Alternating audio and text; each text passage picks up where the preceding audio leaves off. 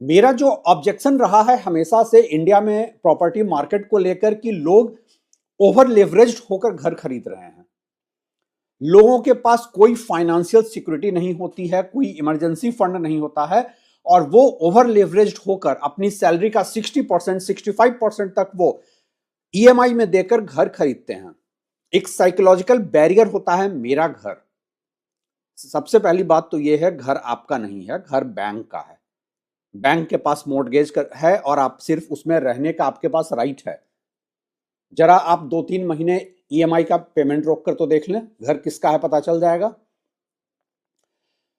मैं हमेशा से एक बात कहता हूं कि इंडिया में प्रॉपर्टी मार्केट जो है वो एफोर्डेबिलिटी कर्व से इतना ऊपर जा चुका है कि अब आपको घर खरीदने के पहले बहुत सारी चीजों को इवैल्यूएट करने की जरूरत है। अपने आप को आपको एजुकेट करना होगा। क्या आपके पास वो फाइनेंशियल बैंडविथ है जो आप घर खरीद पाए? देखिए, फाइनेंस की दुनिया में इन्वेस्टमेंट में कहते हैं आरओआई, रिटर्न ऑन इन्वेस्टमेंट, लेकिन रियल एस्टेट में ये रिटर्न ऑन इन्वेस्टमेंट नहीं रहता है। यहां आरओआई का मतलब होता है रिटर्न ऑन इंपल्स। आप इंपल्सिव होकर घर खरीद लेते हैं क्योंकि आपके ऊपर एक पीयर प्रेशर है कि आपके आसपास सबने घर खरीद लिया है। दूसरा होता है आरओई, रिटर्न ऑन ईगो। ज्यादातर अर्बन इंडियंस को मैं देखता हूं वो एक अपनी फिस्कल बैंडविड्थ को बहुत स्ट्रेच करके घर खरीदते हैं क्योंकि उन्हें अपने पीयर ग्रुप में एक ईगो फैक्टर दिखाना है कि मैंने घर खरीद रखा है। सवाल यहां उठता है कि आप कैसे इवैल्यूएट करें कि आप घर खरीदना अफोर्ड कर सकते हैं या नहीं। चलिए मैं कुछ ग्लोबल बेंचमार्क पे बात करता हूं और ग्लोबल बेंचमार्क पे बात करता हूं कि घर की अफोर्डेबिलिटी आप खुद इवैल्यूएट करें कि आप अफोर्ड कर पा रहे हैं या नहीं। सबसे पहली चीज है कि रियल एस्टेट आपके टोटल नेटवर्थ का कितना परसेंट होना चाहिए। ग्लोबल एवरेज है 30%।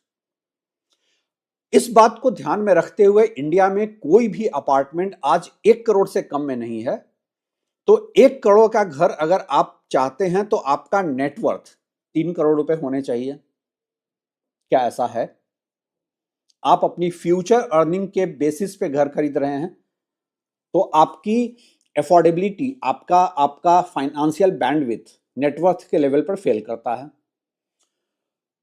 दूसरा यह होता है कि आप जो घर खरीदने जा रहे हैं वो आपके 5 साल के ग्रॉस इनकम के बराबर का उसका प्राइस होना चाहिए। अगेन मैं सेम बेंचमार्क को रखता हूं कि 1 करोड़ का घर है तो 5 साल का ग्रॉस इनकम मतलब साल का 20 लाख रुपए की इनकम कितने लोगों के पास है।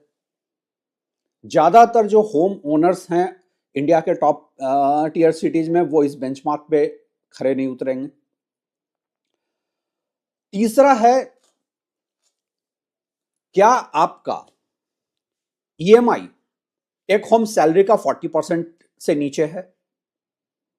अब अगर आपने 1 करोड़ का घर में हाइपोथेटिकली आपने 80 लाख रुपए लोन लिया है तो तकरीबन 75-80 हजार रुपए का आपका ईएमआई आ जाएगा। अगेन ज्यादातर इंडियंस इस बेंचमार्क पे भी सही नहीं उतरेंगे।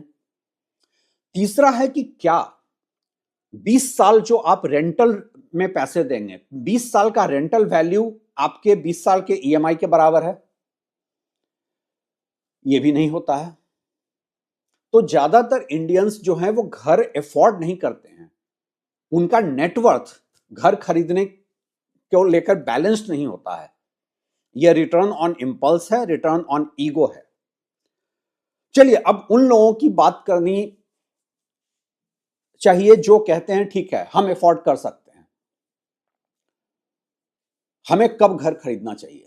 और यह सवाल ज्यादा वैलिड है क्योंकि ज्यादातर जो यंगस्टर्स हमारे से इंटरेक्ट करते हैं वो ये जानना चाहते हैं कि हम घर खरीदने की तरफ कब बढ़ें। मैं इसको स्टेज वाइज रखता हूं। आपने सपोज एक यंगस्टर है, उसने अभी अपनी जॉब शुरू की है, उसके लिए पहला जो स्टेज है वो पहला स्टेज क्या है?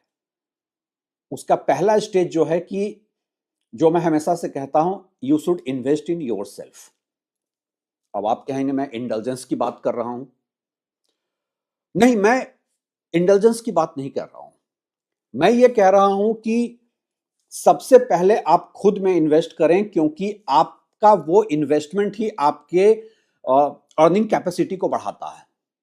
आप फर्दर एजुकेशन में इन्वेस्ट करें, आप अपना कोई स्किल डेवलपमेंट में इन्वेस्ट करें, आप हायर स्टडीज में इन्वेस्ट करें।